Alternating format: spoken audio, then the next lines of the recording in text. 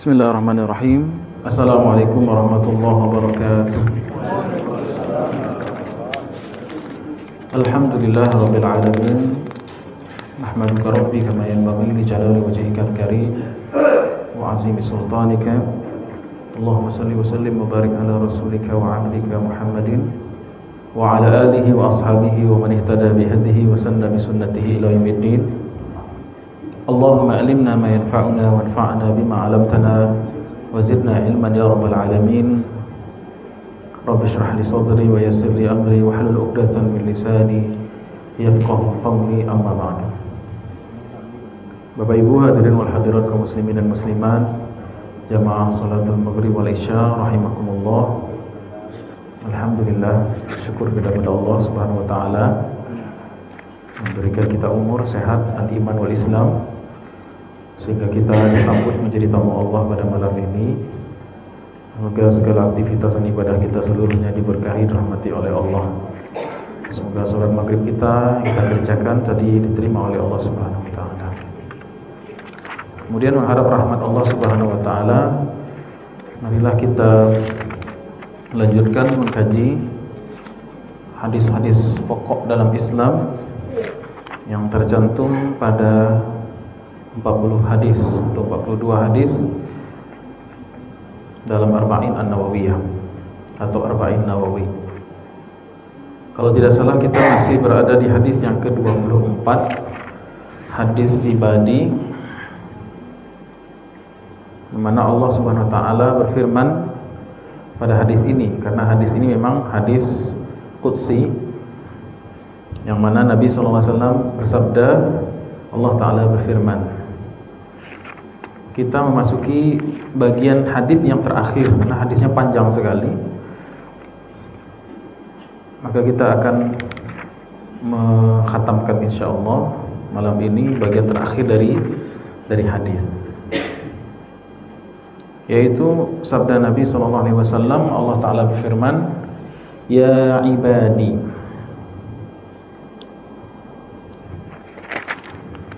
Ya ibadi, wahai hamba-hambaku. Allah sedang memanggil kita. Innama hiya a'malukum uhsiha lakum summa uwaffiyakum iyaha. Wahai hamba-hambaku, sesungguhnya amal-amal kalian aku hitung. Ahsayusi atau kata uhsiha, yaitu ahsayusi artinya menghitung, mencatat dengan cermat, dengan detail, dengan rinci. Ya. Wahai hamba-hambaku, sesungguhnya amal-amal kamu aku catat dengan detail. Tidak ada yang luput dari Allah. Apakah itu amal yang sifatnya salihah atau amal yang sifatnya maksiyah, baik keburukan maupun kebaikan, akan dicatat seluruhnya oleh Allah Subhanahu wa taala melalui malaikat pencatat amal. Waffiyakum iyaha, summa waffiyakum iyaha.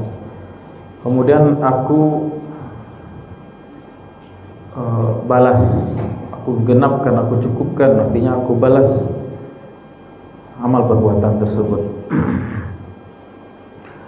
Hal ini menjadi dasar atau dalil bahwasanya setiap amal perbuatan kita semuanya rapih dalam catatan Allah Subhanahu wa taala yang Maha Alim. Ya. Baik amal itu yang mungkin sudah kita lupakan, mungkin amal itu mungkin kita anggap remeh, mungkin amal itu kita anggap kecil. Baik amal yang sifatnya qalbiyah, ya, yang terlintas dalam hati, baik amal yang sifatnya lisan, yang terucap dengan kata-kata, baik amal yang sifatnya fisik yang dilakukan oleh anggota badan, baik yang terlintas dalam hati, karena Allah itu alimun bizatis sudur. Allah Maha mengetahui isi dada. Baik amal yang terucap dari ucapan kata-kata, baik yang dikatakan langsung oleh lisan maupun yang disampaikan lewat tulisan, baik yang ditulis secara manual dengan tangan atau yang diketik pakai HP. Baik yang kita tulis dengan tangan kita di media offline maupun yang kita tulis di media online. Makanya hati-hati memberikan komentar. Menurut statistik, penduduk Indonesia, orang Indonesia ini paling rajin nulis. Tapi nulisnya bukan jadi buku, jadi komentar di Facebook, jadi komentar di YouTube. Cobalah ada orang netizen luar negeri yang berani menghina Indonesia, menghina kesebelasan Indonesia U23 lagi tanding tuh, atau menghina tokoh-tokoh atau budaya Indonesia, atau orang Malaysia menghina Indonesia di internet. Oh, itu balasannya Masya Allah Tabarakallah itu Pak, langsung diteror oleh netizen Indonesia. Orang Indonesia hobi membaca, tapi bukan buku, tapi membaca WA ya. Itu menyebabkan saya Bapak Ibu agak hati-hati komentar. Kadang buka postingan di Facebook misalnya, postingan di TikTok atau di Instagram atau di media sosial apapun, di YouTube, lampu ketik panjang-panjang enak di loh. Takut ambo. Jangan-jangan komentar kita itu tidak betul. Karena kalau kita berbicara di offline, ya sampai di situ saja terkadang habis. Salah ya salah sekali, tapi kalau di internet salahnya bisa multiply, bisa berganda ya. Dan kalau awak menjadi pejabat, itu yang harus hati-hati benar Bapak Ibu. Ibu-ibu yang berniat jadi caleg, hati-hati. Rekam jejak digital ini kata orang kejam, lebih kejam daripada ibu tiri katanya. Banyak tokoh-tokoh yang jatuh gara-gara rekam jejak di internet. Nah, ceramah saya ini juga nih, kalau ada orang yang gak suka, benci dengan saya, ditonton ceramah saya, dicarinya yang salah-salah. Nah, nanti dipotong-potong, kalian nih ustadz sesat. Zaman sekarang begitu Pak Ibu. Zaman sekarang orang mudah sekali mengatakan sesat Ustadz Anu, padahal dia sendiri mengaji selalu lancar lah. Bisa lo mengatakan sesat orang lain yang berilmu. Maka Allah Subhanahu wa taala memberikan kita panduan, wahai hamba-hambaku, sungguhnya amal-amal kamu dicatat di sisi Allah.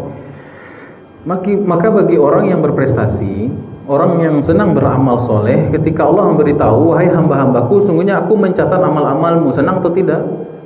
Senang lah ya. Karena elok. Berarti catatan Allah atas amal baiknya justru membuat dia tentram, tenang, bahwasanya amalnya akan dibalas oleh Allah kekal abadi.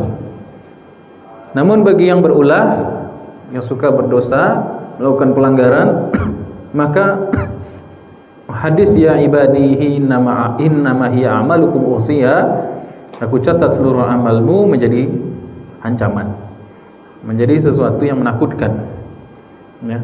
Makanya dalam surah Al-Kahfi Allah Subhanahu wa taala menjelaskan itu, bagaimana kagetnya, ya, terguncangnya hati orang-orang kafir ketika membuka buku catatan amalnya. Ma li hadza al-kitab la yughadiru saghiratan wala kabiratan illa ahsaha wa wajadu ma 'amilu hadira wa la yazlimu rabbuka ahada. Orang-orang ketika orang-orang kafir membuka catatan amalnya, mereka terkejut. Buku macam apa ini? Semua amalku tercatat dengan rapi, baik yang besar maupun yang kecil, tidak satu pun yang luput. Apapun yang dia lakukan di dunia, ya, mungkin ungkapannya, caciannya, makiannya, fitnahnya, curiannya, curangannya, korupsinya, manipulasinya, semua tindakannya itu semua rapi oleh Allah Subhanahu wa taala, tercatat dalam buku catatan amal. Wa ma yazlimu rabbuka ahada, dan Allah tak satu pun menyenzalimi orang lain atau hamba-hambanya. Allah tidak zalim, ya apa adanya. Summa uwaffiyakum iyyaha, kemudian setelah dicatat, kemudian akan dibalas. Famay ya'mal misqala dzarratin khairan yarah, siapa yang berbuat amal kebaikan walaupun sebesar zarrah akan dibalas oleh Allah. Yarahu di sana maknanya melihat, namun maknanya hakikatnya ialah mereka mendapatkan balasan yang mereka lihat. Sebaliknya, wa may ya'mal misqala dzarratin syarran yarah, kalau dia membuat syar, keburukan walaupun misqala dzarrah, yarahu juga akan menyaksikannya. yauma tajidu kullu nafsin ma 'amilat min khairin muhdara. Dalam firman Allah yang lain surah Ali Imran, hari di mana setiap pribadi hadir amal-amal yang telah dia kerjakan. Wa ma 'amilat min su'in tawaddu law anna bainaha wa bainahu amadan ba'ida. Allahu akbar. Apabila seseorang di hari kiamat, setiap pribadi akan melihat amal kebaikan itu hadir, wujud. Dan apabila dia melakukan suatu keburukan, amalnya itu juga wujud, hadir, sampai-sampai namun kalau untuk amal kebaikannya dia berangan-angan, lau anna bainaha wa bainahu amadan ba'ida, jauh-jauh.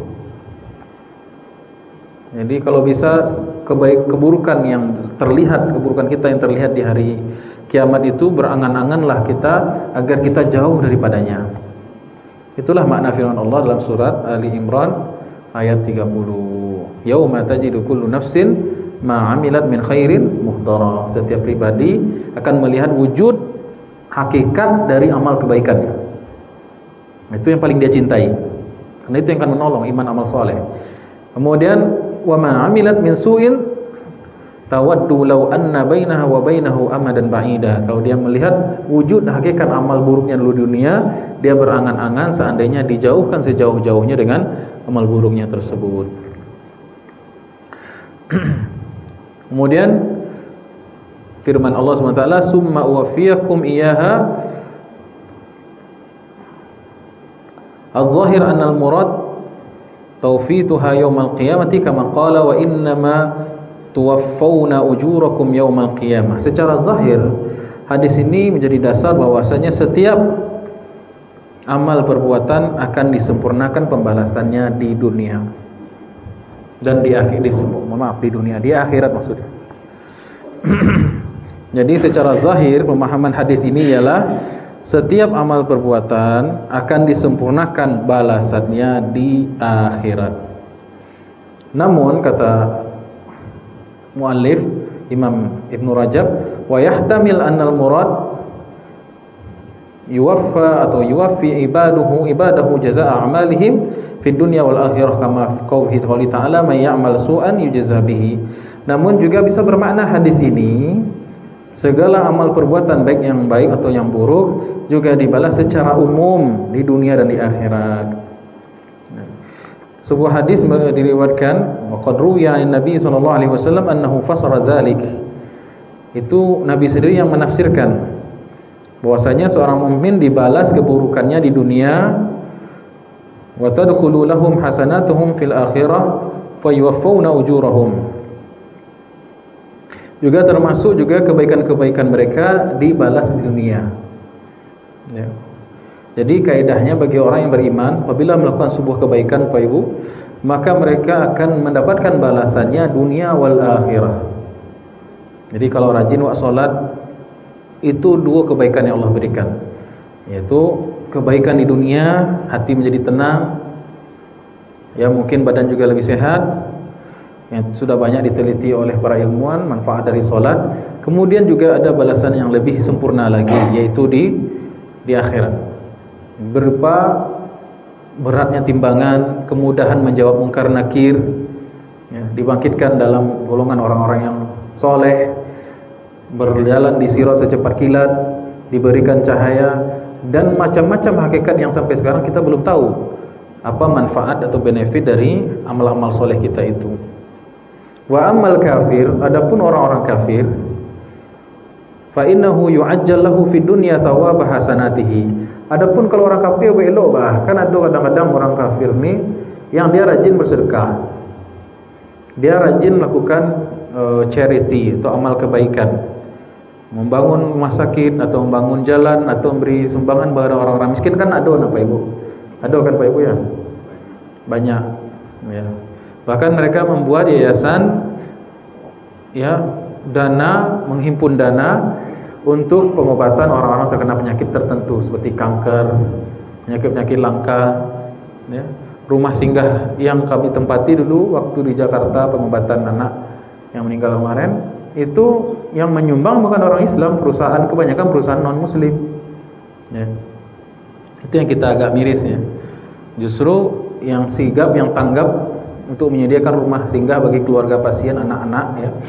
Itu justru orang di luar CSR-nya perusahaan-perusahaan yang non-Islam ya.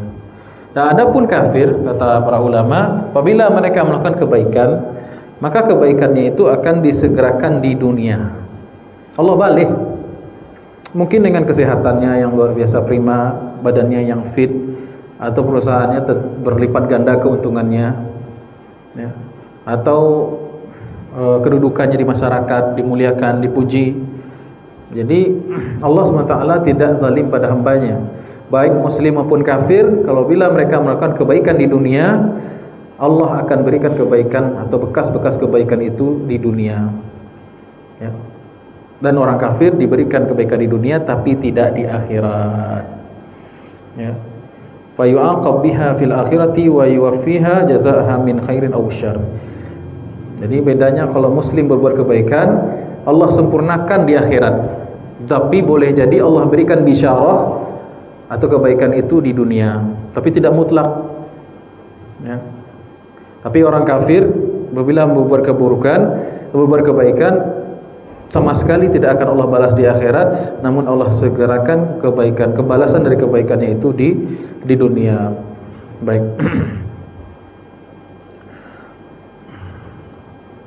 Kemudian kelanjutan hadisnya, faman wajada khairan falyahmidillaha wa man wajada ghaira dzalika fala yalumanna illa nafsa. Siapa yang mendapati kebaikan, maksudnya mendapati kebaikan di akhirat. Di akhirat itu falyahmadillah, maka hendaklah dia memuji Allah Subhanahu wa taala.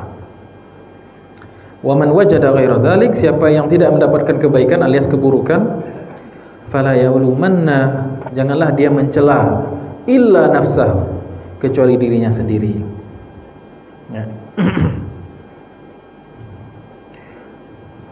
Hadis ini menjadi isyarat bahwasanya setiap kebaikan seluruhnya fadlun minallah ala abdihi min ghairi istiqaqin lahu. Jadi siapa yang mendapatkan kebaikan, siapa yang mudah rasanya berbuat soleh, amal soleh ya. Sebagian orang Pak Ibu kalau diajak bersedekah luar biasa semangatnya. Sebagian orang disuruh sholat berjamaah enteng saja kakinya berjalan. Sebagian orang ada yang puasa sunnahnya mudahnya sekali dia melakukan puasa itu. Sebagian orang disuruh untuk berangkat umroh, ayo masalah dibayan gitu ya. Kajali sendiri. Sebagian orang mudah melakukan suatu amal, tahajud misalnya, atau menghafal Quran gitu. Maka siapa yang mendapati dirinya kebaikan, mendapati kebaikan pada dirinya, mudahnya beramal soleh, falyahmadillah, pujilah Allah Subhanahu wa taala. Dan puji diri sendiri, deh ibu, masya Allah ibu solehah sekali ya, rajin puasa sunnah, alhamdulillah, alhamdulillah, tapi mulai kambang hidung ya. Alhamdulillah ibu banyak hafalan Qurannya ya, masya Allah, apa yang disabi Ustaz bisa menyambung dari tadi. Ibu nak cari bukanlah kejalih saja lah, potongan-potongan lembu gitu. Nah, jadi apabila kita punya kebaikan, baik dunia, kebaikan duniawi, kelebihan harta, kelebihan yang lainnya, atau kesehatan, atau ibadah yang mudah gitu, sebenarnya itu adalah fadlun minallah, anugerah Allah Subhanahu wa taala. Ini yang menyebabkan seorang muslim yang soleh menjadi tawadhu, bukan sombong dengan ibadahnya. Kata pensyarah di sini, min ghairi istiqaqin lahu. Sebenarnya ibadah yang kita lakukan itu adalah hadiah dari Allah tanpa pantas kita menerimanya. Maksudnya bukan kita yang mengusahakan. Walaupun kita memiliki keinginan setinggi apapun atau sederhana apapun Pak Ibu, tapi kalau Allah tidak izinkan bahkan tidak jadi. Wa syarqu lahu min indi Adam, min indi ibni Adam, min ittiba'i hawa nafsihi. Sedangkan keburukan yang kita lakukan, jangan sandarkan itu kepada Allah. Bako ndak solat subuh tadi, kesiangan solat subuh jam 6 lewat, deh Allah membuat saya tertidur. Bako ndak mengaji Allah yang telah Allah belum memberi saya hidayah misalnya. Bako ndak pakai jilbab, yo Allah lagi hidayah oleh Allah, mana salah. Ini fatal ini. Dosanya mungkin besar, tapi suuzonnya kepada Allah karena ucapan itu lebih besar lagi dosanya. Ya. Ini kaidah penting. Kalau kita bisa melakukan sebuah amal soleh atau kita punya kebaikan, puji Allah. Kalau ada suatu aib, kesalahan, dosa, kekurangan pada diri kita, la yalumanna nafsahu. Kata Nabi, jangan salahkan Allah, salahkan diri sendiri. Jadi hadis ini luar biasa mengajarkan kita akhlak kepada Allah Subhanahu wa taala. Sebagaimana firman Allah, "Ma asabaka min hasanatin faminallah." Adapun musibah adapun yang menimpa kamu dari kebaikan, maka itu hakikatnya datang dari Allah. Nabi Sulaiman baralah ke kayu itu. Ketika tanya, hebat kau wahai Sulaiman. Apa kata Nabi Sulaiman? Haza min fadli Rabbi. Ini anugerah Allah. Jadi Nabi Sulaiman tidak semakin mangkek badannya, mangkek dirinya gitu. Hebat kau wahai Sulaiman tu, yo, ambo anak Nabi Daud.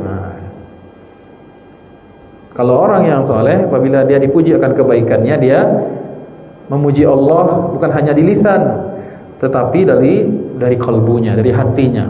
Ini datang dari Allah. Saya tidak bisa apa-apa kecuali dari Allah. La haula wala quwwata illa billah. Kemudian, wa ma asabaka min sayyi'atin famin nafsika. Adapun keburukan yang menimpa engkau, kata Allah, sesungguhnya itu berasal dari dirimu sendiri, bukan salah Allah. Makanya bagi seorang yang terkena musibah, adabnya ialah melihat dosanya dulu. Apabila kita mendapatkan musibah, Bapak Ibu, jangan langsung husnuzon aja langsung, nih Allah mengangkat derajat saya ini kan wali Allah, makanya Allah uji saya dengan ujian yang berat. Kalau kita ditimpa musibah, adab yang pertama ialah introspeksi diri. Walanabluwannakum, bukan,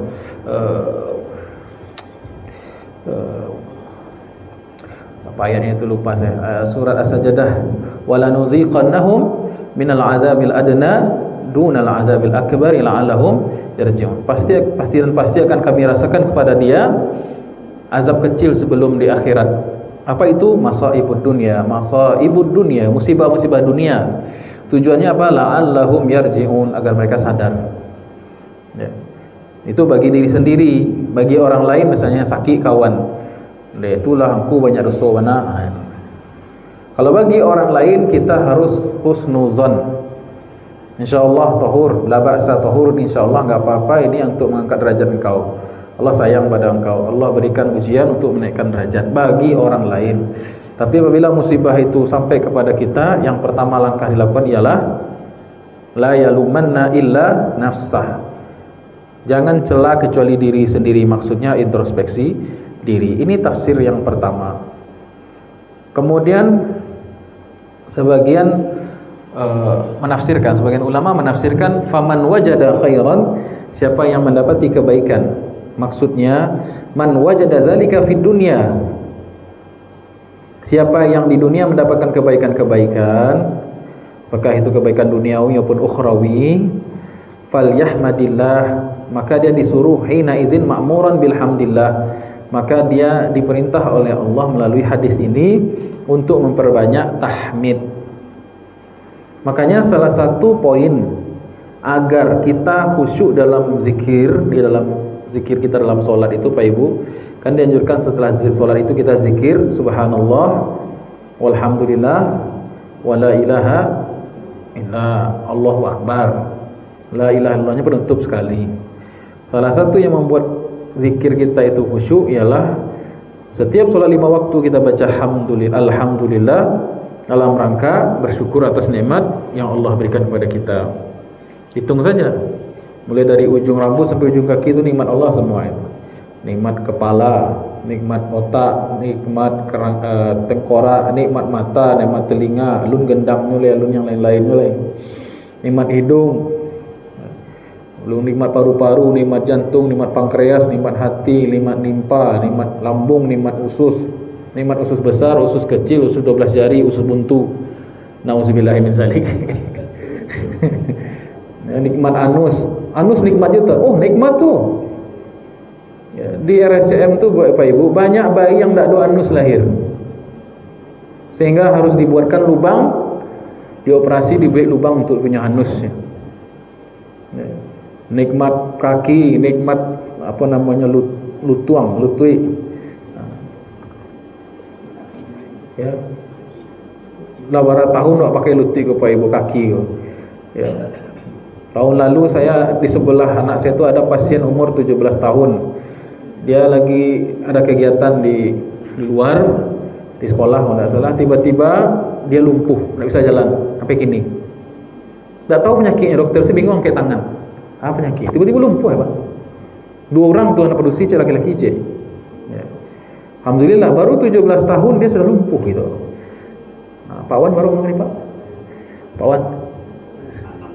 Oh, 64 tahun pakai kaki sehat walafiat. Hah? Bawa mai kaki apa? Ya itu kan lah setelah berapa tahun Pak? 17 tahun? Oh, satu apa bisa? Nah itulah. Kita urutkan saja nikmat yang Allah berikan dari ujung kepala sampai ujung kaki, mungkin belum ada habis-habisnya. Belum lagi syarafnya, belum lagi sel darah merah, sel darah putih, antibodi, imun, banyak sekali. Makanya kalau dokter itu belajar bisa menjelaskan itu nikmat apa saja dalam tubuh kita itu. Ya, belum lagi nikmat yang di luar tubuh kita, belum lagi nikmat iman wal Islam.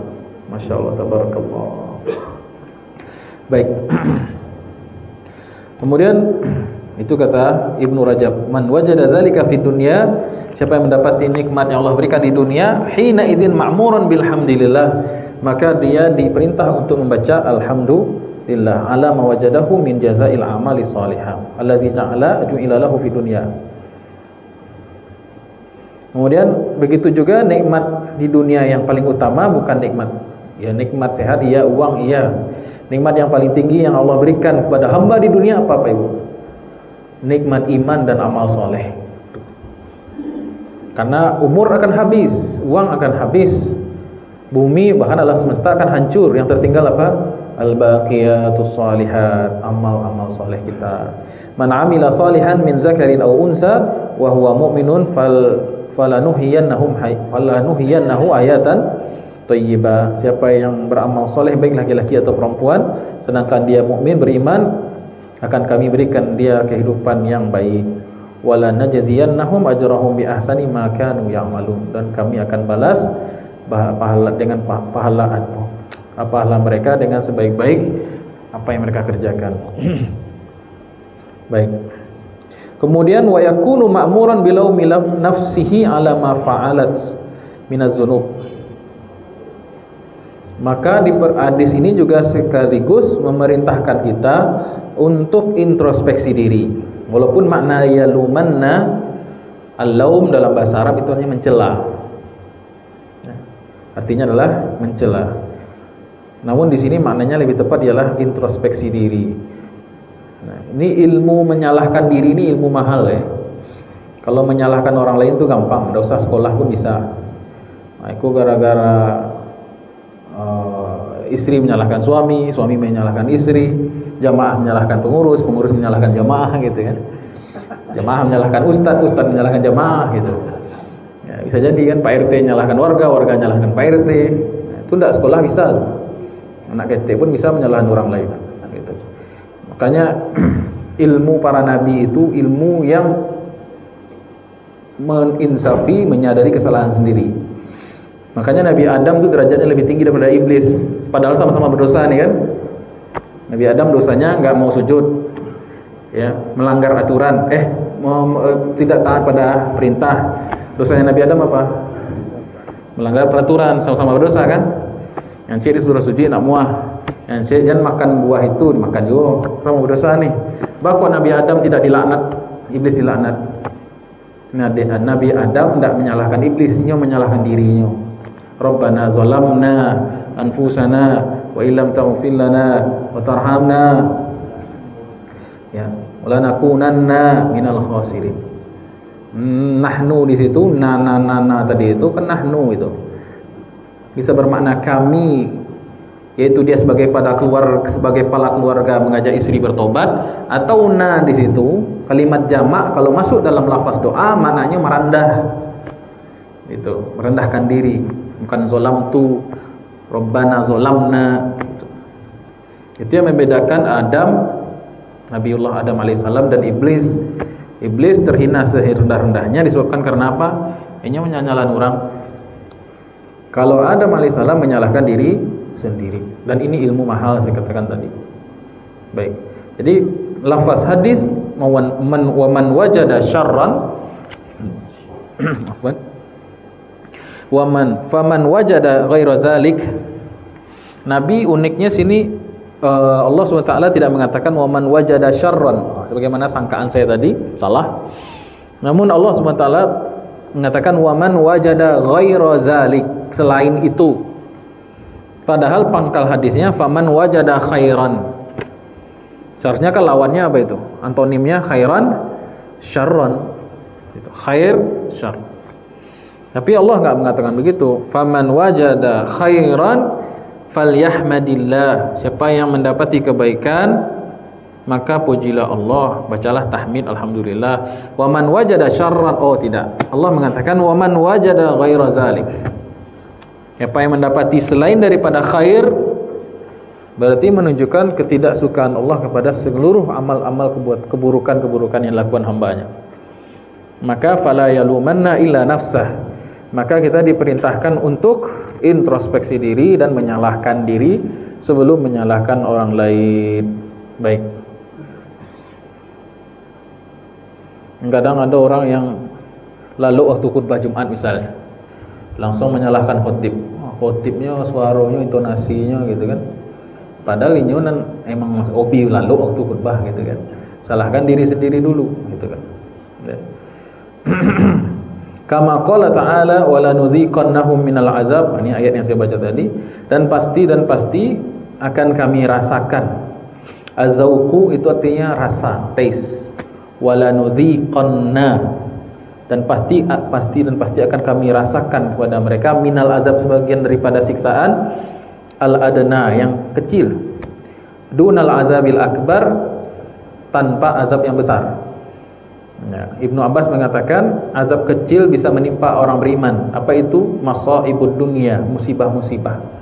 Ya, bisa ketakutan, kelaparan, ya, kehilangan orang yang cintai, sakit dan lain sebagainya.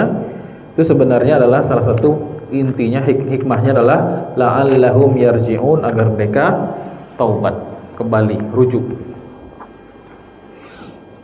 Fal mu'min idza asabahu fid dunya bala raja'a ila nafsihi.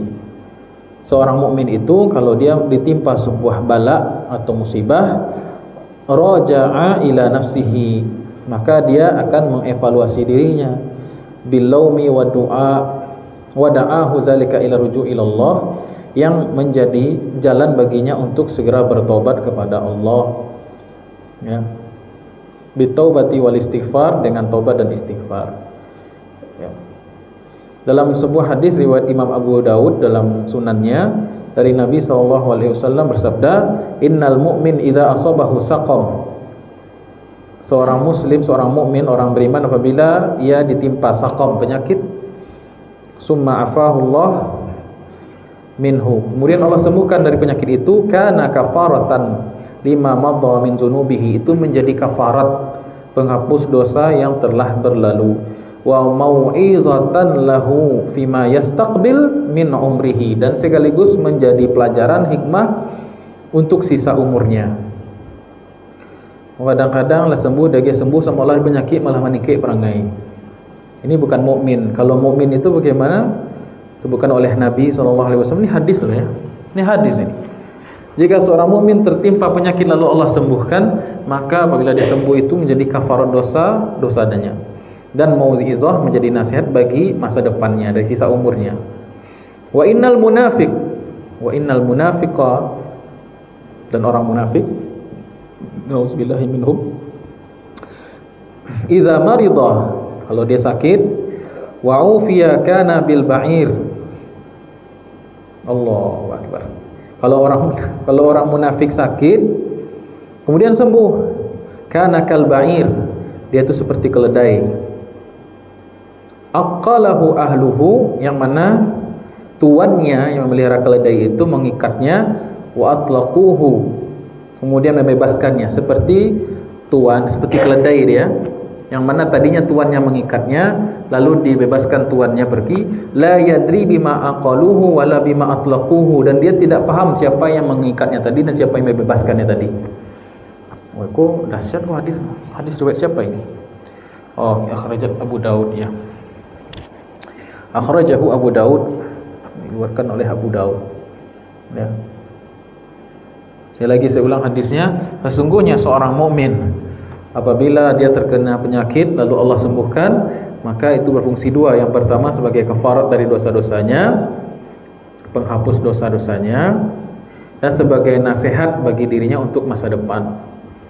Wa innal munafik, sungguhnya orang munafik kalau sakit lalu dia disembuhkan, kal ba'ir, seperti hewan ternak, keledai ya, yang mana pemiliknya mengikatnya tadi kemudian membebaskannya, lalu dia tidak tahu siapa yang mengikat dan siapa yang membebaskannya itu. Baik. Wa qala Salman Al-Farisi, dan Salman Al-Farisi berkata radhiyallahu anhu, sahabatnya, innal muslim la yubtala, sesungguhnya setiap muslim itu pasti diuji oleh Allah. Fayakunu kafaratan lima madha musta'tiban fima baqiya, dan itu menjadi kafarat bagi dia atas dosa masa lalu dan nasihat berharga baginya untuk masa depannya atau sisa umurnya. Wa innal kafir, dan sungguhnya orang kafir, yubtala juga, diuji juga. Orang kafir juga diberikan ujian. Famisluhu kamasalil ba'ir, dan namun mereka seperti hewan ternak. Ya. Utliqa falam yadri man atlaqa wa aqala, dia tidak tahu siapa yang mengikat dan membebaskannya. Ini mirip ya. Riwayat Salman ini mirip dengan hadis tadi itu. Mirip sekali kan Pak Ibu? Nah, hadis tadi itu dinilai dhaif oleh sebagian ulama, namun dikuatkan dengan asar ini. Makanya oleh karena itu semua wanti-wanti bagi orang yang di akhir zaman ini belajar ilmu hadis tapi tidak pandai dalam menyortir atau memakai hadis. Tidak semua hadis dhaif itu ditinggalkan serta-merta, karena boleh jadi banyak riwayat asar yang mendukungnya. Sebagaimana ini riwayat asar disebutkan oleh Salman Al-Farisi menguatkan hadis walaupun dinilai sebagian ulama sebagai hadis yang dhaif. Baik. Wah, capek nah waktu kerasanya Pak Ibu. Belum selesai juga nih. Kita anggap selesai saja ya. Baik, minta waktu 2 menit boleh Pak Ibu? Boleh. Ya, memang sudah habis sih. sudah habis pembahasannya. Mudah-mudahan apa yang kita bahas dari hadis yang ke berapa ini? 24 bermanfaat, menambah ilmu dan amal kita, berbuah ilmu dan amal soleh yang diterima. Amin ya rabbal alamin. Insyaallah pekan depan kita sudah masuk ke hadis yang ke 25. Ini tanda-tanda sudah mau selesai ini. 4 khatam kita hadis nanti 42 hadis. Gimana Pak Wan? Kambing? Kita tasyakuran nanti insyaallah Pak Ibu ya. Kita tasyakuran khataman hadis arba'in Nawawi. Kita tutup dengan doa subhanakallahumma rabbana bihamdika asyhadu an la ilaha illa anta astaghfiruka wa atubu ilaik. Maaf. Wassalamualaikum warahmatullahi wabarakatuh.